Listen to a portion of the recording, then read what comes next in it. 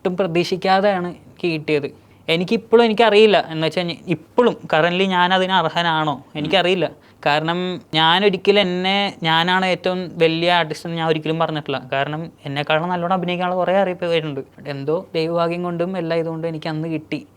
അത് ഭയങ്കര സന്തോഷമുള്ളൊരു, ഇപ്പോഴത് ആലോചിക്കുമ്പോൾ എനിക്ക് ഭയങ്കര ഒരു സന്തോഷമാണ്. അന്ന് സ്റ്റേറ്റ് അവാർഡ് പിന്നെയല്ലേ അനൗൺസ് ചെയ്തത്? അതെ, സ്റ്റേറ്റ് അവാർഡ് പിന്നെ അനൗൺസ് ചെയ്തു. അപ്പം രണ്ടാമത് അവാർഡ് കിട്ടിയപ്പോൾ എന്തായിരുന്നു രണ്ടാമത് എനിക്ക് ഒട്ടും എനിക്കറിയില്ലായിരുന്നു. എന്ന് വെച്ചാൽ ഞാൻ അനൗൺസ് ചെയ്ത് ന്യൂസ് വരുമ്പോഴാണ് ഞാൻ അറിയണത് എനിക്കാണെന്ന്.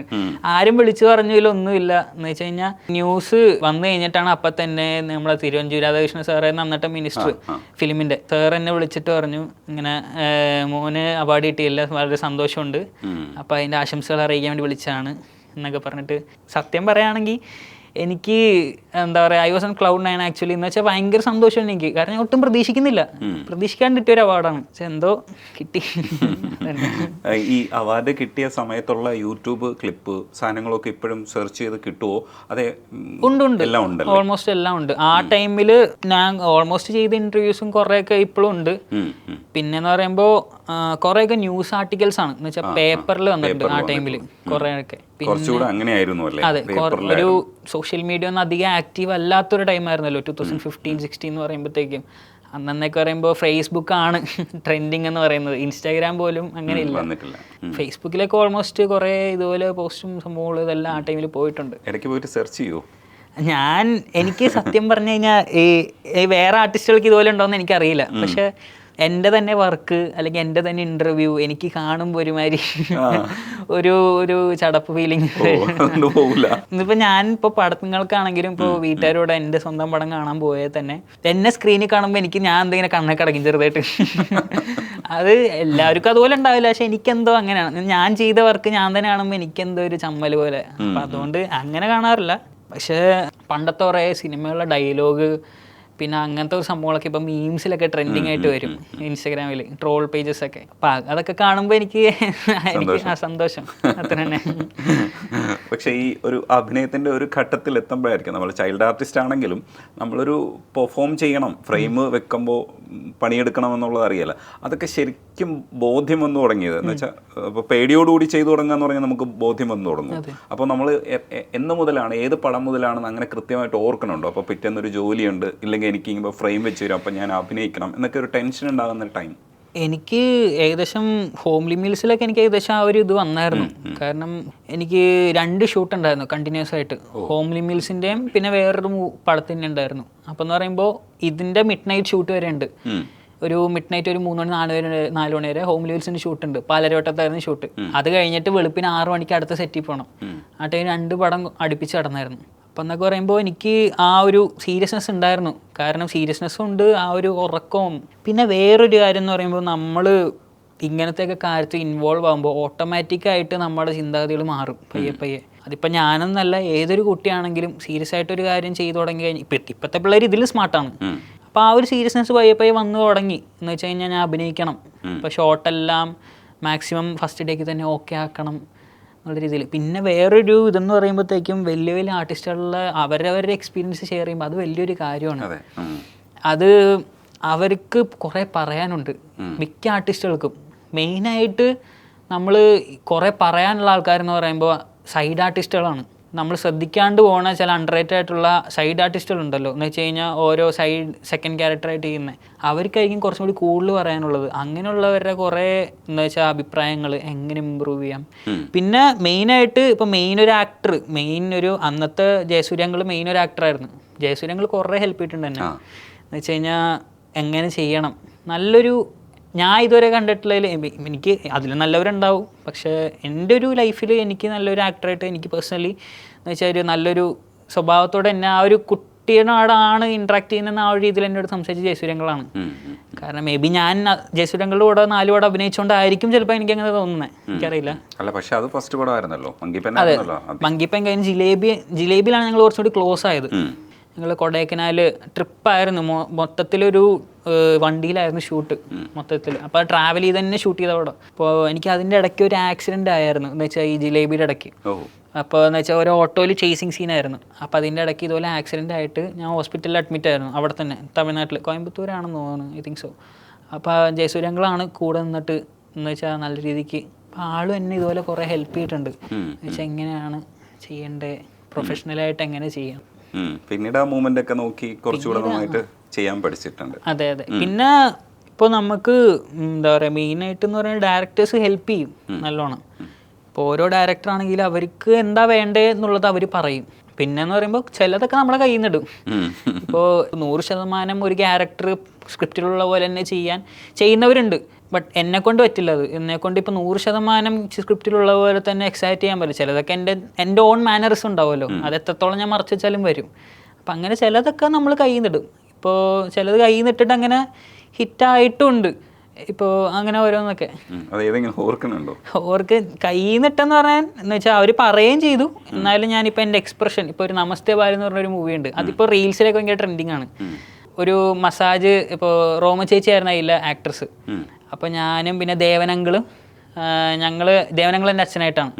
അപ്പോൾ ഇങ്ങനെ ഒരു വീഡിയോ കോൾ നോക്കുമ്പോഴത്തേക്കും ഒരു റോമ ചേച്ചിയും പിന്നെ വേറൊരു ചേച്ചിയും വരും. എന്നുവെച്ചാൽ ഈ റോമ ചേച്ചി ബാലിയിലാണ്. അപ്പോൾ വീഡിയോ കോൾ ചെയ്യാണ്. ഒരു ചേച്ചി വരുമ്പോഴത്തേക്കും ആ ചേച്ചീനെ കണ്ടിട്ട് എക്സ്പ്രഷൻ ഇട്ട് ജ്യൂസൊക്കെ ഞെക്കുന്ന ഒരു മീമുണ്ട്, ഭയങ്കര ട്രെൻഡിങ് ആണ്. അപ്പോൾ ആ ഒരു എക്സ്പ്രഷനൊക്കെ ഞാൻ കുറേയൊക്കെ കയ്യിൽ നിട്ടതാണ്. ആദ്യത്തെ പടത്തിൽ സനൂപ് കുറച്ചുകൂടെ അഭിനയിച്ചിട്ടുണ്ടായിരുന്ന ഒരാളാണ്. അപ്പോൾ സനൂപ് എന്തെങ്കിലുമൊക്കെ കോൺട്രിബ്യൂട്ട് ചെയ്തിട്ടുണ്ടോ? അതേപോലെ നമ്മൾ തിരിച്ച് എപ്പോഴും മുതലാണ് കൊടുത്തു തുടങ്ങിയെന്ന് ഓർക്കുന്നുണ്ടോ? തിരിച്ച് കുട്ടികൾ, നമ്മുടെ കൂടെ വരുന്ന കുട്ടികൾക്ക് തിരിച്ച് ഞാൻ ഇതുവരെ കൊടുത്തിട്ടില്ല. കാരണം ഞാൻ ഇപ്പോഴും അത്ര വലിയ എക്സ്പീരിയൻസ് ആയിട്ടുള്ള ആക്ടറൊന്നല്ല. എൻ്റെ ഒരു മനസ്സിൽ തന്നെ ആ ഒരു ഇത് വെച്ചിട്ട് അങ്ങോട്ട് ചെയ്യുന്നതാണ്. അല്ലാണ്ട് തിരിച്ച് ഞാൻ ഇപ്പോഴും അങ്ങനെ അത്രത്തോളം ഞാൻ ആയിട്ടില്ല. ഇപ്പോൾ ഈ ആർട്ടിസ്റ്റുകളുടെ ഒരുപാട് പേരുടെ കൂടെ അഭിനയിച്ചിട്ടുണ്ട്. ഇവരുടെയൊക്കെ ലെവൽ ഇങ്ങനെ മാറി മാറി പോകുന്നത് കാണുന്ന സമയത്ത് പടങ്ങൾ കാണുന്നുണ്ടോ ഫോളോ ചെയ്യുന്നുണ്ടോ എന്ന് എനിക്കറിഞ്ഞൂടാ. മാറുമ്പോൾ അവരൊക്കെ എത്തുമ്പോൾ നമുക്കൊരു സന്തോഷം കൂടെ തോന്നൂല്ലേ, നമ്മുടെ കൂടെ അഭിനയിച്ച ആൾക്കാർ എന്നുള്ള രീതി നമുക്ക് പറയാൻ പറ്റില്ലേ? സന്തോഷമുണ്ട് സത്യം പറഞ്ഞു കഴിഞ്ഞാൽ. ഇപ്പോൾ എന്താ പറയുക, അങ്ങനെ ഒരു ഇപ്പോൾ എക്സാമ്പിൾ ഇപ്പോൾ മമിത ചേച്ചി ആണെങ്കിലും സൗത്ത് ഇന്ത്യയിൽ തന്നെ നല്ലൊരു ട്രെൻഡിങ് ആയിട്ടും നല്ലൊരു ആക്ട്രസ് ആണ്.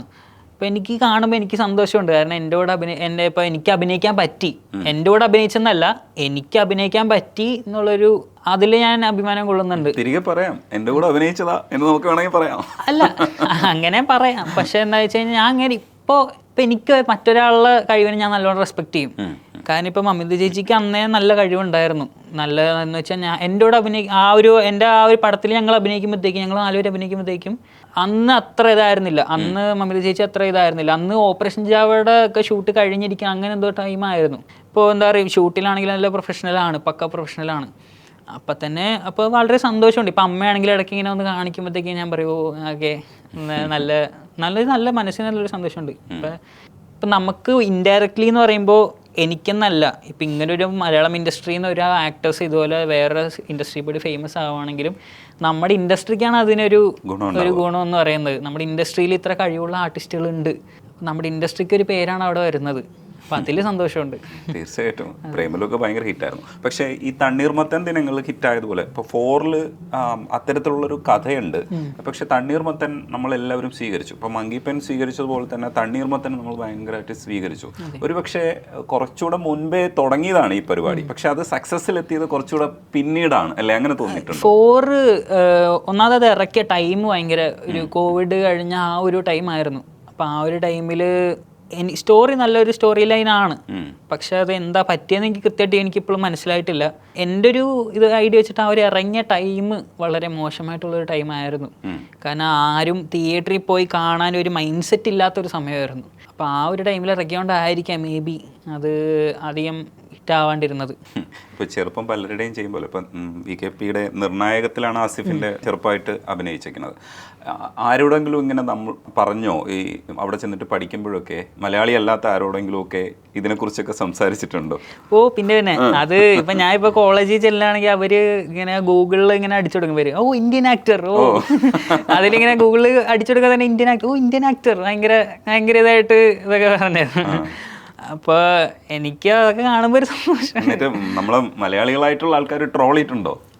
പിന്നെ ഒരു എക്സാമ്പിൾ പറയുകയാണെങ്കിൽ ഇപ്പം ഞാനിപ്പോൾ എന്തെങ്കിലും ഇപ്പോൾ ചെയ്യാണ്, അവൻ അഭിനയിക്കാണ് എന്നുള്ള രീതിയിൽ അത് തിരിച്ചും പറഞ്ഞിട്ടുണ്ട്. ഇപ്പോൾ കോളേജിലാണെങ്കിലും ചില ഫാക്കൽറ്റീസ് ഇങ്ങനെ പറയാറുണ്ട്, നിന്നെ അഭിനയമൊക്കെ അവിടെ മതി, ഇവിടെ വേണ്ട എന്നുള്ള രീതിയിലും പറയാറുണ്ട്. ഫ്രണ്ട്സൊക്കെ ആണെങ്കിലും ഇപ്പൊ മീംസ് ഞാൻ പറഞ്ഞ പോലെ വരുമല്ലോ, ട്രോൾസ് ഒക്കെ, അതൊക്കെ ഇങ്ങനെ ഷെയർ ചെയ്ത് ഗ്രൂപ്പിലൊക്കെ ഇട്ട് ഇങ്ങനെ ട്രോളി അങ്ങനെയൊക്കെ രസകരമായ കാര്യങ്ങൾ നടക്കാറുണ്ട്. പഠിത്തത്തിൽ എപ്പോഴെങ്കിലും ടീച്ചേഴ്സ് പറഞ്ഞിട്ടുണ്ട് ഒരു മങ്കിപ്പൻ തരാമെന്ന്? സ്കൂളിൽ പഠിക്കുന്ന ടൈമിൽ ഞങ്ങളുടെ പ്രിൻസിപ്പൾ എല്ലാവരും കൂടി ഞങ്ങൾ മങ്കിപ്പന് പോയായിരുന്നു. പ്രിൻസിപ്പളിന്റെ കൂടെ ഞാൻ പോയായിരുന്നു പടം കാണാൻ വേണ്ടി. അപ്പൊ ഇങ്ങനെ എന്താ പറയാ, ക്ലാസ് ടീച്ചേഴ്സൊക്കെ ഇങ്ങനെ പറയായിരുന്നു, എന്ന് വെച്ചാൽ സിനിമ ശരിക്കും സ്കൂളിലുള്ള പോലെ തന്നെയാണ് സിനിമയിലും എന്നുള്ള രീതിയിൽ, അതിലും ഇതിലും ഒരേപോലെ തന്നെ അതിലിതുപോലെ ഒരുപോലെ തന്നെ ഇങ്ങനെ പറയാറുണ്ടായിരുന്നു. ഫിലിം ആർട്ടിസ്റ്റ് എന്നുള്ള രീതിയിൽ പിള്ളേരൊക്കെ വന്നിട്ട് സംസാരിക്കുമല്ലോ. ഓ, ഇപ്പോ കുറച്ചുകൂടെ മുതിർന്നു കഴിഞ്ഞിട്ട് ചിലരൊക്കെ മനസ്സിലാക്കുമല്ലോ ഇത് മറ്റേ ആർട്ടിസ്റ്റ് ആണെന്ന് മനസ്സിലാക്കൂലേ?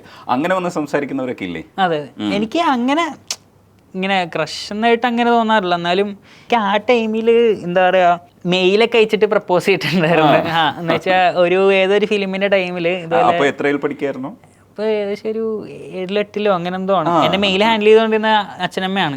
അപ്പൊ ആ ഒരു ടൈമില് ഇതുപോലെ മെയിൽ അയച്ചിട്ട് ഏതോ എൻ്റെ ഏജുള്ള ഏതൊരു കൊച്ചാന്ന് തോന്നുന്നു, ഇങ്ങനെ ഇഷ്ടമാണ് എന്നുള്ള രീതിയിലൊക്കെ പ്രപ്പോസ് ചെയ്തും. പിന്നെ ആ ഒരു ടൈമിൽ അതിൻ്റെ ആയിട്ടുള്ള ഒരു ഇതൊക്കെ ഉണ്ടായിരുന്നു. അല്ലാണ്ട് സീരിയസ് ആയിട്ട് അങ്ങനെ ഒന്നും ക്രഷായിട്ട് അങ്ങനെ കളിതമാശയാണെങ്കിൽ അങ്ങനെ എടുത്തിട്ടില്ല. അല്ല, അങ്ങനെയുള്ള ആരെങ്കിലും ഒക്കെ നേരിട്ട് കണ്ടിട്ടുണ്ടോ പിന്നീട്? ഓ, നേരിട്ട് കണ്ടിട്ടെന്ന് പറയുമ്പോൾ ഇങ്ങനെ ഇഷ്ടമാണ്, സിനിമാ നടന്റെ രീതിക്ക് ഇഷ്ടമാണ്, മങ്കിപ്പല്ല ക്യൂട്ട്നെസ്സും അതിപ്പോഴും വിട്ടിട്ടില്ലല്ലോ. അതിപ്പോഴും വിട്ടില്ല. എല്ലാവർക്കും എന്നെ കാണുമ്പോൾ ഓർമ്മ വന്നത് മറ്റേ പല്ലില്ലാത്ത ഒരു കൊച്ചാണ്. നമ്മളത് പ്രതീക്ഷിക്കുന്നുണ്ട്. അപ്പൊ വളർന്ന് സുന്ദരനായി മാറി, ആ ക്യൂട്ട്നെസ് മാറിയിട്ട് വേറെ തരത്തിലുള്ള ക്യൂട്ട്നെസ് വന്നു തുടങ്ങി. സുന്ദരനായിട്ടില്ല, വലിയ ആളായി എന്ന് വെച്ചാൽ നല്ലോണം മാറിപ്പോയിട്ടുണ്ട്, ഹൈറ്റ് ഒക്കെ വെച്ചിട്ടുണ്ട്, നല്ല ചേഞ്ചസ് വന്നിട്ടുണ്ട്. എന്നാലും ഞങ്ങളുടെ മനസ്സിൽ ഇപ്പോഴും മറ്റേ പല്ലില്ലാത്ത വെച്ചാണ് എന്നുള്ള അങ്ങനെ രീതിക്ക് എല്ലാവരും പറയാറുണ്ട്. അത് കേൾക്കുമ്പോൾ ഇഷ്ടമാണ് തോന്നുന്നത് അല്ലേ? എനിക്ക് ചെറിയൊരു ചമ്മല് വരും, പക്ഷെ എന്നാലും നല്ല സന്തോഷമുണ്ട്. ഇപ്പോഴും ഓർക്കുന്നുണ്ടല്ലോ ആൾക്കാര്. ചില പടങ്ങളിൽ ചെയ്താൽ അങ്ങനെ ഒരു ഗുണം. അതാ, പല്ല് പോയത് ഭാഗ്യമായി. സത്യം. ആ ഒരു ക്യാരക്ടർ, ജുഗ്രു എന്ന് പറഞ്ഞ മങ്കിപ്പല്ല ക്യാരക്ടർ പെട്ടെന്ന് എന്റെ ഫേസ് കണ്ടിട്ട് മനസ്സിലായില്ലെങ്കിൽ പോലും ആ ഒരു ക്യാരക്ടർ അവരുടെ മനസ്സിൽ ഇപ്പോഴും ഉണ്ട്. അത് ആസ് ആൻ ആക്ടർ എൻ്റെ വിജയമാണ്. അത് എനിക്കതിൽ അഭിമാനമുണ്ട്, ഇപ്പോഴും നല്ല അഭിമാനമുണ്ട്. കാരണം ആ ഒരു ക്യാരക്ടർ ഇപ്പോഴും ആൾക്കാരുടെ മനസ്സിലുണ്ട്. ആ ഒരു ക്യാരക്ടർ മാത്രമല്ല, ജിലേബിയിലെ ക്യാരക്ടർ ആണെങ്കിലും വേറൊരു രീതിയിലാണെങ്കിൽ പോലും ബെൻ എന്ന് പറഞ്ഞ ക്യാരക്ടർ ആൾക്കാരുടെ മനസ്സിലുണ്ട്. പക്ഷേ ബെൻ എന്ന് പറഞ്ഞ ക്യാരക്ടർ കുറച്ച് നെഗറ്റീവ് ആയിട്ടുള്ളത് എന്ന് വെച്ച് കഴിഞ്ഞാൽ, ഇപ്പൊ ബെൻ എന്ന് പറഞ്ഞ പടം കാണുമ്പോൾ കുറെ കൊച്ചുങ്ങൾക്ക് പേടിയാണ്. അതിനകത്ത് കുറെ വയലൻസ് എന്ന് വെച്ചാൽ പാരന്റ്സ് ടീച്ചേഴ്സ് ചെയ്യുന്ന വയലൻസ് ഒക്കെ അതിൻ്റെ അകത്ത് എടുത്ത് കാണിച്ചിട്ടുണ്ട്. അപ്പൊ അത് കാണുമ്പോൾ ചെറിയ പേടിയുണ്ട് പിള്ളേർക്ക് കാണുമ്പോൾ. പക്ഷെ എന്നാലും ആ ഒരു രീതിയിലും ഓർക്കുന്നുണ്ട്. അപ്പം എന്ന് പറയുമ്പോൾ പിന്നെയും ആസ് ആൻ ആക്ടർ എൻ്റെ വിജയമാണ്. കാരണം എന്ന് വെച്ചാൽ നെഗറ്റീവ് ആയിട്ടുള്ള ഒരു റോൾ ചെയ്തിട്ട് അതും ആൾക്കാരുടെ മനസ്സിലുണ്ട് എന്നുള്ള ഒരു രീതിയിൽ പറയുമ്പോഴത്തേക്ക് എനിക്ക് സന്തോഷമുണ്ട്. പിന്നെ അത് കുറച്ച് ബുദ്ധിമുട്ടുള്ള ഒരു പരിപാടിയാണ്. അങ്ങനെ തന്നെ എനിക്ക് ചെയ്തതിൽ എനിക്ക് ഏറ്റവും ടഫസ്റ്റും ഒരു ചലഞ്ചിങ് ആയിട്ടുള്ള റോള് ബെന്നിൽ തന്നെയാണ് ഇപ്പോഴും ഇതുവരെ. കാരണം പെട്ടെന്നൊരു ചേഞ്ചാണ്. ഞാൻ ഇതുവരെ ചെയ്തുകൊണ്ടിരുന്ന പടങ്ങളെല്ലാം ഒരു കോമഡി അങ്ങനത്തെ ഒരു ജോണറിൽ പോയിക്കൊണ്ടിരിക്കുന്ന പടങ്ങളാണ്. പെട്ടെന്ന് ഒരുമാതിരി സീരിയസ് ആയിട്ടുള്ളൊരു പടം എന്ന് വെച്ച് കഴിഞ്ഞാൽ അതും ഇങ്ങനത്തെ കുറേ കരച്ചിലും അലർന്നയും പിന്നെ ഒരു മെൻ്റൽ ഫേസിലേക്ക് പോകുന്ന ഒരു കുട്ടിയുടെ കഥയാണ്. ഭയങ്കര ബുദ്ധിമുട്ടി അത് അഭിനയിക്കാൻ വേണ്ടിയിട്ട്. ആ ഒരു ടൈമിലാണെങ്കിലും എൻ്റെ റിയൽ ലൈഫിനെയും എഫക്റ്റ് ചെയ്ത് തുടങ്ങി. ഇപ്പം നമ്മൾ ആലോചിക്കാത്തൊരു കാര്യം എന്ന് പറയുന്നത് എല്ലാവർക്കും അതുപോലെ ഉണ്ടാവണമെന്നില്ല, ബട്ട് ചിലവർക്ക് ഇപ്പം എനിക്ക് എന്നെ പോലത്തെ ഉള്ളവരുണ്ടാവും. അപ്പം അത് ഇങ്ങനെ നമ്മൾ ആ ഒരു പടത്തിൽ അഭിനയിക്കുമ്പോൾ റിയൽ ലൈഫിലും എന്ന് വെച്ച് കഴിഞ്ഞാൽ സീരിയസ് ആയി, എന്ന് വെച്ച് കഴിഞ്ഞാൽ തമാശകളൊക്കെ ഒഴിവായി സീരിയസ് ഒരു ഇതിലേക്ക് പോകണ ഒരു സിറ്റുവേഷൻ അത് നോർമലി ഉള്ളതാണ്. ആ ഒരു ഫിലിമിലേക്ക് അഡാപ്റ്റായി പക്കയായിട്ട്. അപ്പം അങ്ങനെ ചെയ്തൊരു പടമാണ്. ആ ഒരു പടം ഞാൻ പക്ക സീരിയസ് ആയിട്ട് ചെയ്തൊരു പടമാണ്.